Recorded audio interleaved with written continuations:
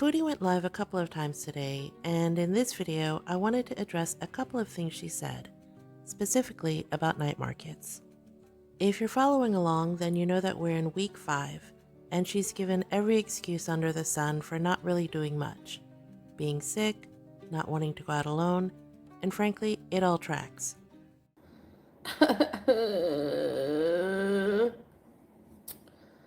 I'm kind of just like giving up on this trip until I go home. I don't know. I think it's just because I was just nothing appeals to me to do by myself.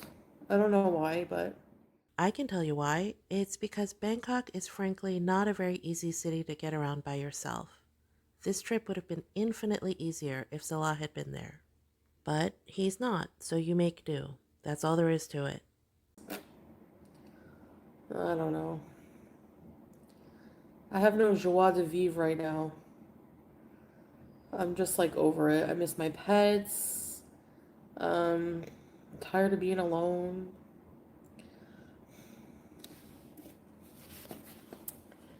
I don't know.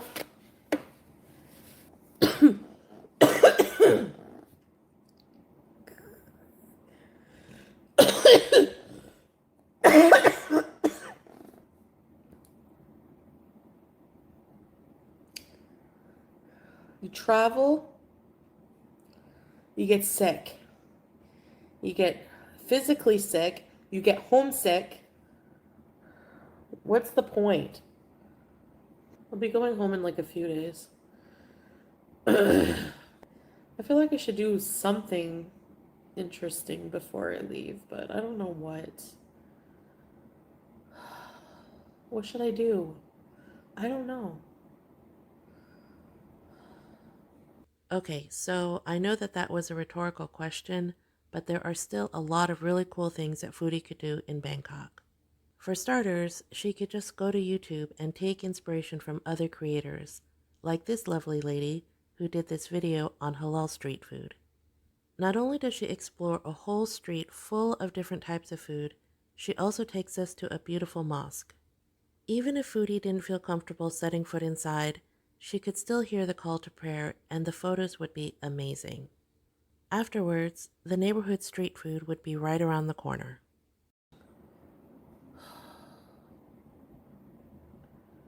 Maybe tonight I should go to a market, but it's just not the same going by yourself.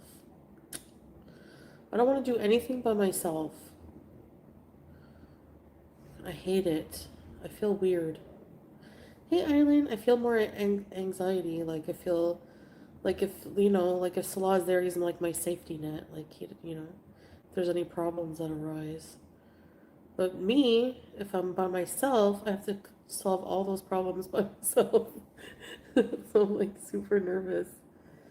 Hey, Lady T. The night markets are fun, but there's nowhere to sit and eat. You just kind of stand around. It's not comfortable. It's humid and full of people. So, this is the part that's not quite true. This right here is a typical night market.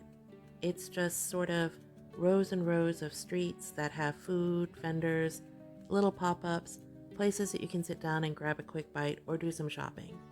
This is where your typical locals would go. Nowhere fancy, and yes, you kind of have to search for somewhere to sit. This is actually a still shot taken from one of Salah's walks. Where Foodie would go is actually called Jod Fairs, and it's a more organized, touristy place, sort of like a night market, but not really. More gentrified.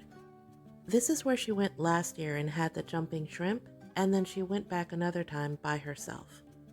I was just at Jod Fairs earlier this year, so some of these are pictures that I took. As you can see, if you get there early enough, it's not really that crowded, and there's actually tons of seating.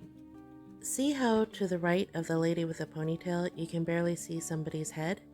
Well, that lady is sitting at a picnic table, and those are scattered all throughout the space. Over by the main entrance, where that VW van is, there's a guy playing music, and in front of that is a big grassy area where people are sitting and eating durian, talking and listening to music. That's where I sat. So, yeah, seating isn't really an issue at job fairs. It is, after all, designed for tourists. You just have to get there early and plan ahead. By taxi or rideshare, it would take her about 5 or 10 minutes to get here. So, no, it's not very far at all. Drop me a line in the comments and let me know what you think about all of this. What do you think Foodie will accomplish before she goes home? I'd love to hear from you. Yeah, I don't hate traveling. I'm just tired of it right now. Like, I'm just tired. Like, just nothing went right.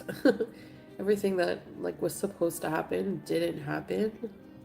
Well, with it, like, sort of. And I don't know. I felt like I wanted to get away from the Kuwait heat and just, but the weird thing is, maybe I'll miss being here when I'm back in Kuwait. Isn't that weird how that works?